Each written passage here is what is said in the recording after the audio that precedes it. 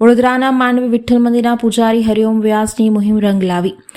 પૂજારી હરિઓમ વ્યાસ સહિત હેરિટેજ કમિટીના સભ્યો આર્કિયોલોજિસ્ટ સાથે ચર્ચા કરી.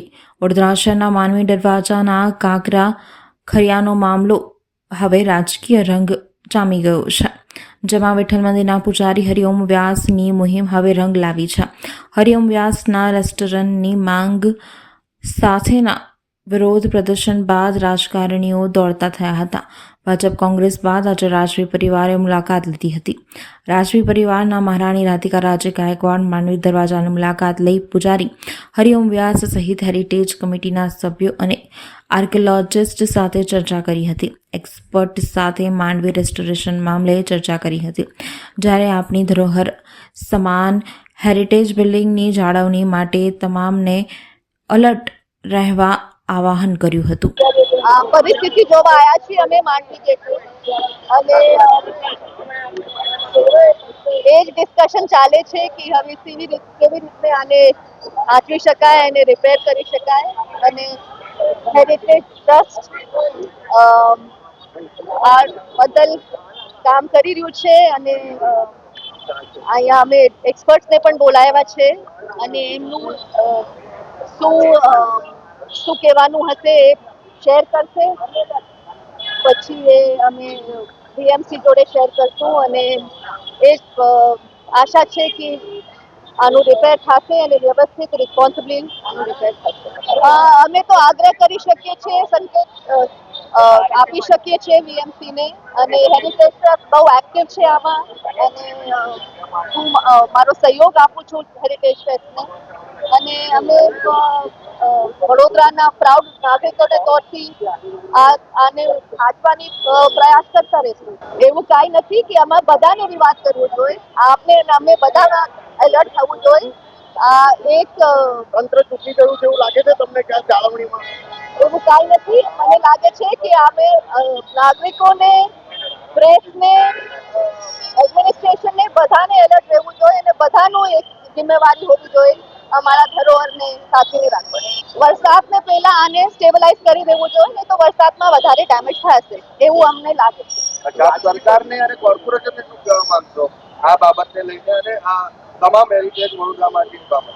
હમણાં રિપોર્ટ તૈયાર થશે, એને હિસાબે પછી અમે બીએમસીને કોન્ટેક્ટ કરીને મળવાની પ્રયાસ કરીશું. તો એ બધું આપ વાંચતો છો સાચું છે, અને અમે આ બધા મુદ્દા બીએમસીને બધા ઉઠીને આવ્યા છે, અને બધા તત્પર છે આને માટે. એ જ બહુ મોટું વિષય છે. હજી અમે ડિટેલ સર્વે નથી કર્યો, એટલે અત્યારે અમારે વાત ચાલે છે 2-3 જણા સાથે, અને ડિટેલ સર્વે માટે ઘણો ટાઈમ લાગે. કારણ કે એક આ બિલ્ડિંગનો અમારું એક રાય એવું છે કે આનો એક હોલિસ્ટિક અપ્રોચ લેવો જોઈએ કે આવતા 50 વર્ષ, 60, 70, 100 વર્ષમાં કંઈ પ્રોબ્લેમ ના થાય. એટલે એક ડિટેલ સર્વેની જરૂર છે, જેમાં મૂળ કોઝ આ ક્રેક થઈ છે તો કેમ થઈ છે. કોઈ બી બિલ્ડિંગમાં આપણે જ્યારે મૂળ કોઝ આપણે શરીર જેવું છે કે મૂળ કોઝમાં જ્યારે ના જઈએ ત્યાં સુધી એ રિપીટ થયા જ કરશે. કે હમણાં આપણે ઉપરથી રિપેર કરી દઈએ, તમને એવું લાગશે કે આ બધું સ્ટેબિલાઇઝ થઈ ગયું છે, પણ 5-7 વર્ષ પછી જ્યારે પાછું ત્યાં એના લીધે, એટલે એ કુડ બી મૂળ કોઝ, કુડ બી ગ્રાઉન્ડ મુવમેન્ટ એક કોઝ હોઈ શકે, આજુબાજુના વાઇબ્રેશન હોઈ શકે, ઘણા બધા છે. એટલે એ પહેલાં આપણે આઈડેન્ટિફાઈ કરવા જરૂરી છે. અને ઘણા બધા, મારી કંપનીનું નામ છે હેલિફિક્સ ઇન્ડિયા પ્રાઇવેટ લિમિટેડ, અને અમે ઘણા બધા 100થી વધારે મુંબઈમાં કરેલા છે, આપણે IIM અમદાવાદમાં કરેલા છે, હમણાં જુનાગઢમાં ઉપરકોટનું કામ કરેલું છે, બોમ્બેમાં gateway of India, Taj hotel, BMC building, ઘણા બધા, એટલે આખા ઇન્ડિયામાં કરેલા છે. દૂન સ્કૂલ દહેરાદૂન કરેલું છે. પછી પંજાબમાં બહુ બધા ગોવિંદ ફોર્ટ કરેલા છે, સમર પેલેસ કરેલા છે, ઘણા બધા કરેલા છે. ના, એવું આપણે ના કહી શકાય, એવું કન્ક્લુઝન ના લઈ શકાય, કારણ કે આ ક્રેક છે ને એક રીતે પોઝિટિવ છે. ગર્ડર ના લગાવેલા હોત તો બી ક્રેક થાય.